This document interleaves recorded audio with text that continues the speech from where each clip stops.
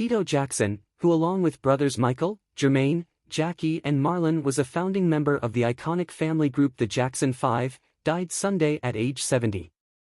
News of the death was first reported by Entertainment Tonight, which said word of Tito's passing came from Steve Manning, a longtime friend and associate of the Jackson family. Manning told ET that he believed Tito suffered a heart attack while driving on a road trip, adding that the cause of death was officially undetermined. People magazine confirmed the news with Tito's nephew, Siggy Jackson. He had recently been performing with brothers Marlon and Jackie under the renewed aegis of the Jacksons, including a date as recently as 1 week ago in England. An LA audience saw a set by the Jacksons at the Fool in Love Festival at Hollywood Park on August 31st. Tito had also recorded and done many shows as a blues guitarist in the last 20 years, under his own banner or with the B.B. King Blues Band.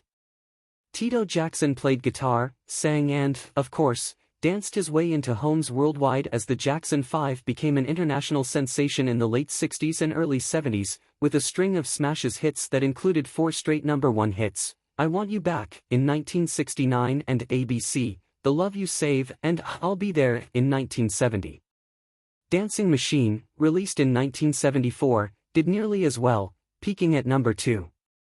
During this initial burst of glory, young Michael was the primary focus of attention, but the chemistry and choreography of the less prominent brothers was an essential part of their success as a top act on The Ed Sullivan Show and other TV variety series. After a label change from Motown to Epic, and a name change from the Jackson 5 to the Jacksons, and the addition of Randy into the fold, the group further made it into the top 10 of the Billboard Hot 100 with Enjoy Yourself in 1976.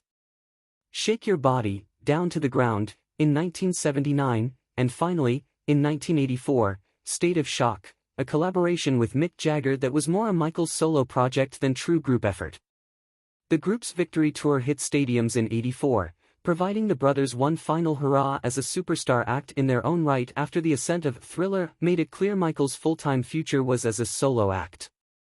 Michael left the Jacksons at the end of that tour, taking most of the attention with him, but different permutations of the family group continued to perform and record in intervals thereafter. Tito was inducted with the rest of the Jackson 5 into the Rock and Roll Hall of Fame in 1997. Michael, who died in 2009, is the only member from the original lineup of 5 brothers to have preceded Tito in death. Tito knew that, as one of the less prominently featured members of the family combo, his name was sometimes used as a punchline. I've always been the quietest member of the group, so people make jokes about me, he said in a 2018 interview with the Jitney. One of my favorite basketball players, Charles Barkley, said, if Tito wasn't in the Jackson 5, would we miss him? That hit me in the heart. It crushed me. Initially, Tito's guitar playing was limited to the Jackson 5's live shows, as the brothers were not allowed by Motown to write or play instruments on their initial run of smashes. But Tito began to add his guitar parts to their recordings when the brothers broke with Motown and signed with Epic in the mid-70s. Tito was the last sibling from the original lineup to release a solo album, a moment that did not arrive until 2016, at which point he finally released his first record of his own, Tito Time. It demonstrated his interest in the blues, the form that Tito returned to and emphasized in the last part of his life. I got married at 18.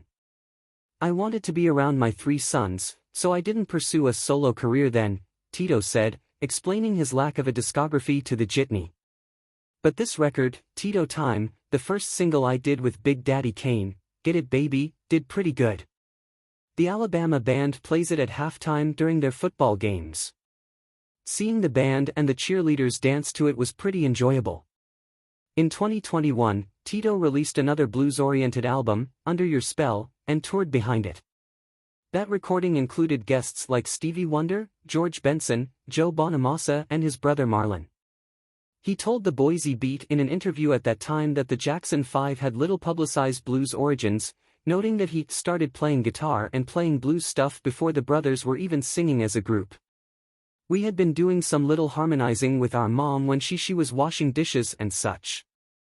As far as having a band, the Jackson 5 or the 3 of us, we hadn't organized it at that point. My father and my uncle would come over and I would jam with them.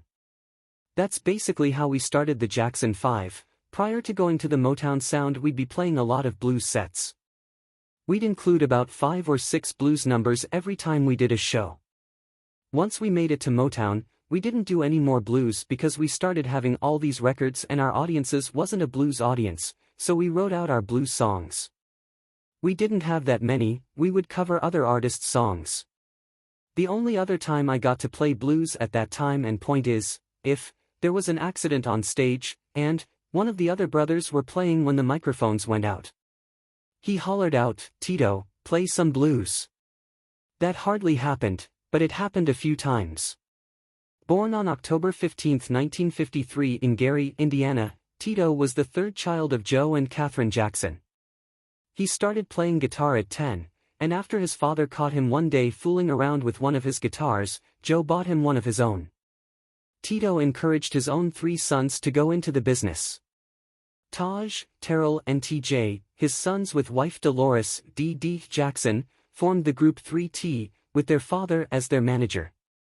3T released a debut album, Brotherhood, co-produced by Michael Jackson and released via his MJJ music label imprint, that was certified gold in several countries, including the UK. Subsequent albums from 3T were released independently in 2004 and 2015.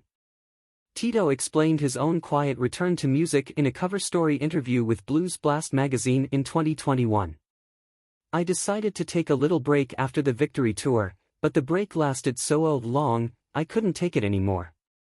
I wanted to play some music, and I wanted to be on stage again.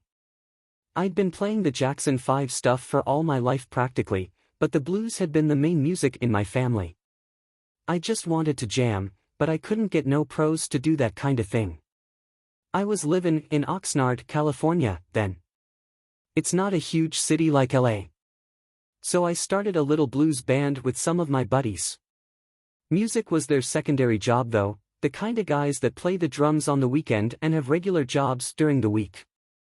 I could only do so much with these guys because I didn't want to pull them from jobs and take them all away from the benefits they'd been building up for 15 to 20 years. He said he played mostly weddings and church benefits for quite some time, before building up enough of a name as a blues musician to get gigs in Japan and France, on the way to finally recording his first album 11 years ago.